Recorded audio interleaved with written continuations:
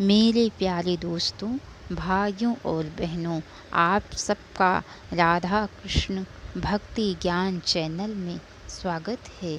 आज मैं आप सबको भगवान श्री कृष्ण की लीलाओं की कथा सुनाने जा रही हूँ, जो कि बड़ी अच्छी और बड़ी पावन है, जिसको सुनने से मन बड़ा ही प्रसन्न हो जाता है। तो चलिए दोस्तों, आप सबको भगवान श्री कृष्ण की लीलाओं की कथा का आगे का भाग सुनाती हूँ। व्यास जी कहते हैं कि हे शिष्य, उसी समय श्री कृष्ण ने अपना सारंग धनुष उठाया और उसकी टंकार की। उस टंकार को सुनकर ही शत्रु सैनिकों के हृदय कांप उठे। श्री कृष्ण ने उस धनुष पर चढ़ाकर जो बाण छोड़े, वे हजारों भागों में बंटकर शत्रु सेना पर गाज बनकर गिरने लगे। दूसरी ओर बलराम का विशाल हलायुध शत्रु सेना पर भयानक प्रहार करने लगा। शत्रु सेना गाजर मूली की तरह रणभूमि में कट कट कर गिरने लगी। इस प्रकार श्री कृष्ण और बलराम के शस्त्र जरासंध की चतुरंगी सेना का संहार करने लगी। जरासंध की सेना समुद्र के समान दुर्गम, भयावह और बड़ी कठिनाई से जीतने योग्य थी, परंतु श्री कृष्ण और बलराम के सामने उसकी एक नहीं चली। कुछ ही समय में रणभूमि में शवों और घायलों के ढेर लग गए। हाथी चिघाड़ कर वापस लौट पड़े और अपनी ही सेना को रौंदने लगे। रथों के टुकड़े टुकड़े होकर चारों ओर बिखर गए। अश्रु के शव पैदल सेना के बीच में गिरकर उन्हें आगे बढ़ने से रोकने लगे। कुछ ही देर में जरासंध की बची खुची सेना वहां से जान बचाकर भाग खड़ी हुई। जरासंध भी अपनी जान बचाकर वहां से भाग खड़ा हुआ। वह वहां से सीधा मगध को चला गया।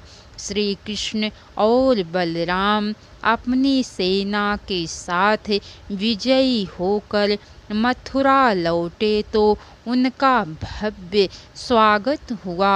उनकी वीरता की स्तुति गाई जाने लगी। भगवान श्री कृष्ण रणभूमि से जो अपार धन और शास्त्रादि एकत्र करके लाए, वे सभी महाराज उग्रसेन के कोष में जमा कर दिए गए। धीरे धीरे यदुवंशियों की सेना बढ़ने लगी, परंतु जरासंध चुप नहीं बैठा। उसने फिर से अपनी सेना को संगठित किया और कुछ दिन बाद फिर मथुरा पर आक्रमण कर दिया। लेकिन इस बार भी उसे मुंह की खानी पड़ी और अपनी जान बचाकर वहां से भागना पड़ा। इस तरह मगध सम्राट जरासंध ने मथुरा पर 17 बार आक्रमण किया, पर हर बार यदुवंशियों से पराजित होकर वह भागता रहा।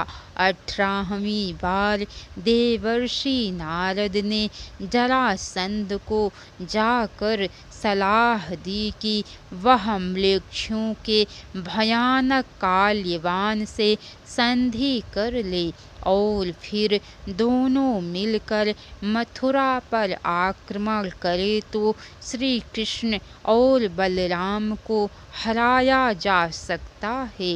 नारद जी की सलाह पर जरासंध ने अपना दूत भेजकर काल्यवान से संधि कर ली। युद्ध भूमि में काल्यवन के सामने खड़ा होने वाला वीर संसार में कोई दूसरा नहीं था। उसने 3 करोड़ म्लेच्छों की सेना लेकर मथुरा पर चढ़ाई कर दी और दूसरी ओर से मगधपति अपनी विशाल सेना के साथ मथुरा की ओर चल पड़ा।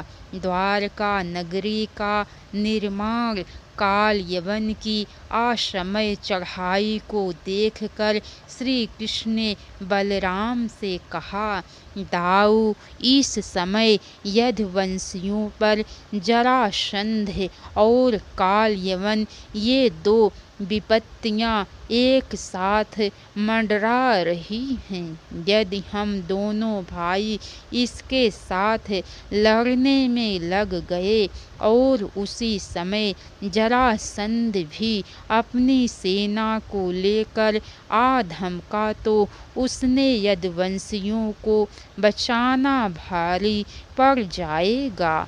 हमें एक ऐसा दुर्ग यहाँ से दूर किसी ऐसे स्थान पर बनाना चाहिए जो चारों ओर से सुरक्षित हो, जहाँ हमारे भाई बंधु सुरक्षित और आराम से रह सके। हम अपने परिजनों को वहाँ पहुँचाकर फिर इस यमन से लड़ेंगे। तुम्हारा विचार उत्तम है। बलराम बोले, परंतु इतनी जल्दी हम दुर्ग का स्थान कैसे निश्चित कर पाएंगे? दाऊ उसका प्रबंध हो चुका है। श्री कृष्ण बोले, पश्चिमी समुद्र के मध्य में रैवतक पर्वत के निकट एक पुराना दुर्ग है जो सब तरह से सुरक्षित है। मैंने बहुत पहले अपने शिल्पकारों से उस दुर्ग को पुनरुद्धार प्रारंभ करा दिया था। वह दुर्ग अब पूरी तरह से बनकर तैयार हो गया है। उस नगर का नाम द्वारका है। उसकी लंबाई चौड़ाई 48 कोस की है। विश्वकर्मा शिल्पकार ने उस नगर में वास्तु शास्त्र के अनुसार बड़ी बड़ी सड़कें, चौराहे और गलियों का स्थान छोड़कर भवन बनाए हैं। जगह जगह सुंदर उद्यान और जलाशय हैं। नगर के बीच में रत्नों से सजे महल हैं। बीच में उग्रसेन जी का महल है और आसपास वसुदेव जी, दाऊ जी और मेरे लिए महल बनाए गए हैं। तरह तरह के वृक्ष वहाँ शोभायमान हैं। वहाँ अन्न के भरपूर भंडार हैं। किसी भी वस्तु की वहाँ कमी नहीं है। मैं आज ही अपनी योग माया से सभी संबंधियों को द्वारका पहुँचा दूंगा और उसके उपरांत हम इस काल यवन से युद्ध करेंगे। आप मथुरा में रहकर शेष मथुरा वासियों की रक्षा करना और मैं इस काल यवन को देखूंगा। ठीक है, जैसा तुमने सोचा है वैसा ही करो। बलराम ने श्री कृष्ण की बात का समर्थन किया। काल यवन का भस्म होना। श्री कृष्ण ने रातों रात अपने सभी परिजनों को अपनी योग माया से द्वारका भेज दिया और शेष प्रजा को बलराम की सुरक्षा में छोड़कर बिना कोई शस्त्र लिए अकेले ही मुख्य द्वार से बाहर निकले। उस समय उनके श्यामल शरीर पर पीतांबर की अद्भुत छटा बिखर रही थी। उनके गले में कौस्तुभ मणि और वनमाला सुशोभित थी। उन्हें देखकर काल यवन ने सोचा कि हो ना हो यही वासुदेव कृष्ण है। जरासंध ने जो लक्षण बताए थे सब इसमें मिलते हैं, परंतु यह निहत्था है।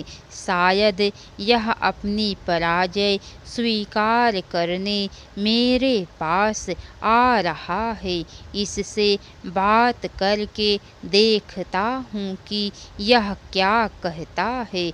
ऐसा निश्चय करके काल यवन श्री कृष्ण की ओर बढ़ा तो श्री कृष्ण पलटकर रणभूमि से एक ओर भागने लगे। काल यवन को आश्चर्य हुआ तो वह भी उनके पीछे पीछे भागने लगा और रोकने के लिए उन्हें पुकारने लगा, परंतु भगवान श्री कृष्ण तो रण छोड़ लीला कर रहे थे। भगवान श्री कृष्ण उसे अपने पीछे भागते हुए एक पहाड़ी गुफा में घुस गए। इसके आगे की कथा दोस्तों आप सबको कल सुनने को मिलेंगे। तो कैसी लगी कथा लाइक करके कमेंट बॉक्स में ज़रूर बताइएगा। अगर हो सके तो एक बार शेयर भी ज़रूर कीजिएगा। तो बोलिए भगवान श्री कृष्ण की जय। राधे राधे दोस्तों, हर हर महादेव।